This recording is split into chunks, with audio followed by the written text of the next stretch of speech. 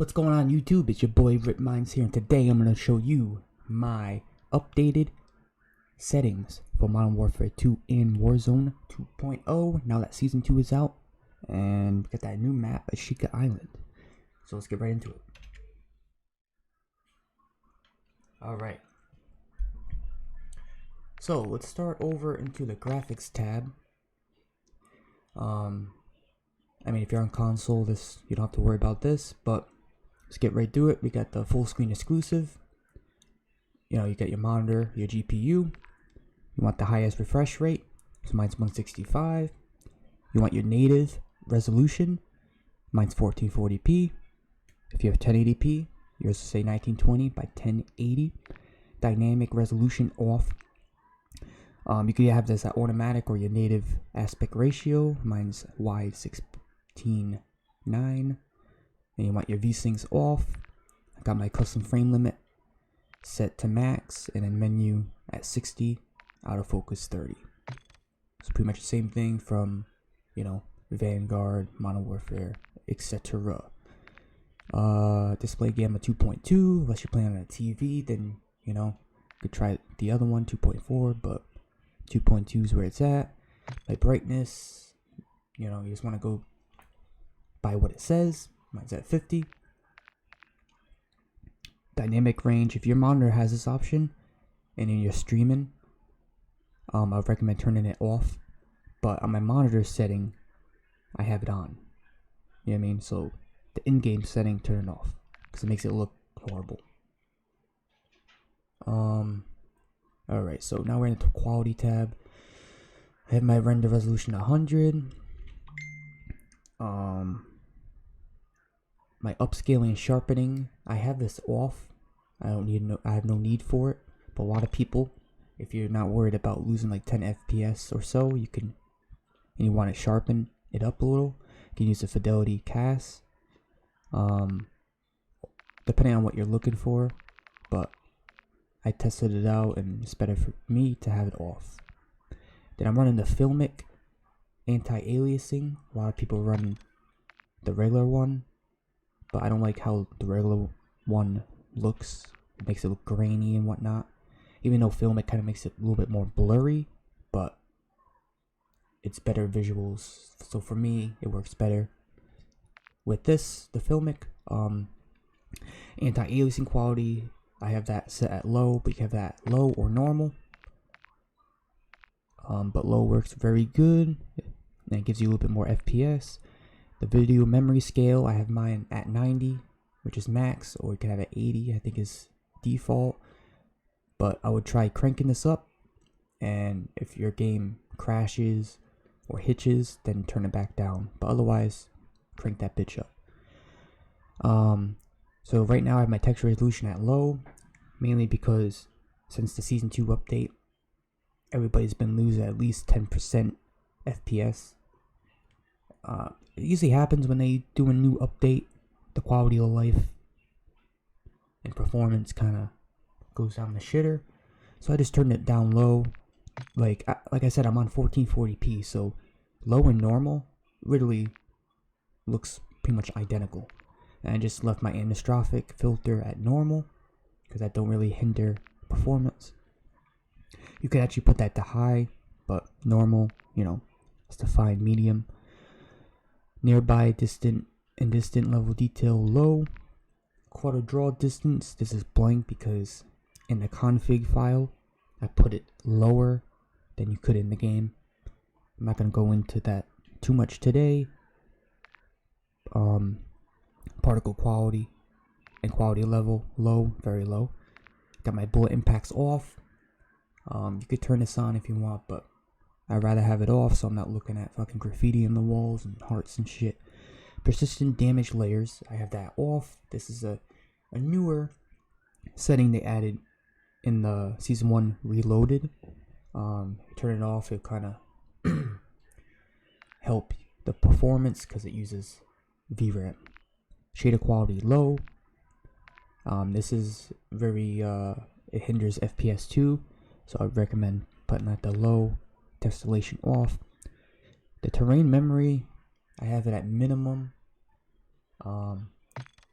But if you really don't care too much about performance, you could do it to max and you can just see more around you. So it's pretty good to have it up for Warzone, but for me, minimum's good. Streaming quality low, volumetric quality low. Deferred physics quality, have that off because that's just water, you know what I mean? So it's pretty much ray tracing, want that off. So is water casted, it's off, that's ray tracing. Ray tracing of any kind, you know, it's not good for FPS, but it's good for visual though. Like if you're, you know, making a montage or some shit. Shadow map resolution is very low. Screen space shadows off. Spot quality low. Spot cache low. Particle lighting low. Ambient occlusion, I have that off. And before you turn it off, turn that to low. I mean, I guess it don't matter because it locks it off when you turn this off. But anywho, SSR off. Static reflection off. Or low rather. Weather grid volumes off. That's another ray tracing setting. I have my NVIDIA low latency on, but a good little tip is determine if you want it on or on and boost. When you're in game, you look at your GPU time and CPU time, and if the CPU time is greater than the GPU response time, then you want on and boost because you're CPU bound. Right now mine are level, so I have it on. Depth of field off, motion blur, yep, off, you know what I mean? And a film grain at 0. Want none of that grainy look. So right here, in the view tab, we got the field of view. So in rank play and competitive, and multiplayer as well, I run 105 FOV, but in Warzone, I run 120. Alright? 105, competitive, 120. Warzone, and that's at affected. I have my weapon field of view at wide, so the weapon's not in your face, you know, it's less in your face. That I don't play with. I don't do third person default. You want your first and third person camera moving at least so your screen's not shaking while you're trying to play the game. And that's it here. So let's go on to the controller tab. So I play on controller. I haven't tried mouse and keyboard yet, but I am going to. We're gonna make a video on that. But anywho, for you that don't know, I run a Scuf Impact. So I have my, let's see, button layout default. I don't have that flipped. Let's see. All that shit's pretty normal. I do run vibration. So I turn it down like halfway. I am, you know, we're dying breed out there, vibration gang. I tried playing with it off, but it's so weird. I mean, I probably could get used to it if I wanted to, but it don't bother me. You know what I mean? I'm just used to it. Run 6 sensitivity at a 0.80 multiplier. And that's gonna be, this is all gonna be for Warzone and Modern Warfare 2. Sensitivity multiplier, I put them all at 0.80, so everything's the same. That, I have no idea what this is, so all standard. Warzone, I run ATS. Equipment.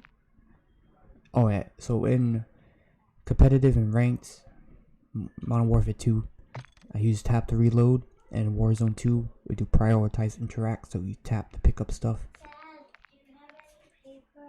Hold on, 1 second, Nova. One sec. And I run Black Ops aim assist type, curve type dynamic, and then you want to put this multiplier, focus multiplier, down to your ADS multiplier, so they're the same.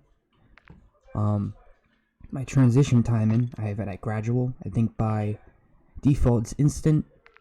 I don't know, gradual, I just stuck with it from the start, from the get-go. This I have off. Here's your input dead zones. This is very important. And each controller is different. each controller, you know, has its own dead zone because it has its own life. So this remote is fairly new. I mean, it's only a couple years old. I have a couple spares as well. But what you can do is you can also import your dead zones from the last game. So mine's 0.05 for both. I would recommend starting as low as possible and keep going up until you have no stick drift. Then I have, I don't know why that's at, oh, yep, it's the left stick. So I put my left stick max dead zone but down to 0.95, so when I move it, you don't have to move it as much, you know, it's more responsive. That's easier to explain it. And then the right stick I left at 0.99, which is default. Then my left and right trigger, put that to 0 so you don't have to push it in. Because I don't have digital tap triggers. But if you do, if you don't, definitely put that to 0. Yeah, definitely don't use gyro behavior or anything. I heard Hook was using that in the CDO matches by accident, and that's why he wasn't shooting straight. And FOB sensitivity scaling, I'm not sure what this is. I think it goes with gyro, so I didn't touch that. Just left it the way it is. And that's pretty much it in here. Yeah. Let's go into audio real quick. Nothing special. So, no, hold on. Wait. Headphone bass boost, master volume. You gonna eat them? Yeah. All right, hold on. Okay. Master volume 100, music 0, dialogue, blah blah blah. Yeah. Speaker output. I don't know what this is, but it's on stereo. That's pretty much it. Here, it's nothing crazy. Oh wait, I do like to run classic hit marker sounds. And then, last but not least, interface. There's some hidden settings in here. Just hold on 1 minute, Novi. I'm almost done. We got the heads-up display. I put mine at 20 so I could, you know, it's closer to me. Square, obviously. Everything's default. What's down here? Hold on, Nova. They used to be. I think they took that. I think they took that setting out where it's called remember in Vanguard, it was in the beginning of the setting too, where the beginning of this game where your crosshair bobble. Yeah, so they took that out, so you don't have to worry about that now. So I think that's pretty much it. But thank you for tuning in, and be sure to check out the streams. And stay tuned for some more YouTube content. Alright, thank you for viewing. Catch you on the next one.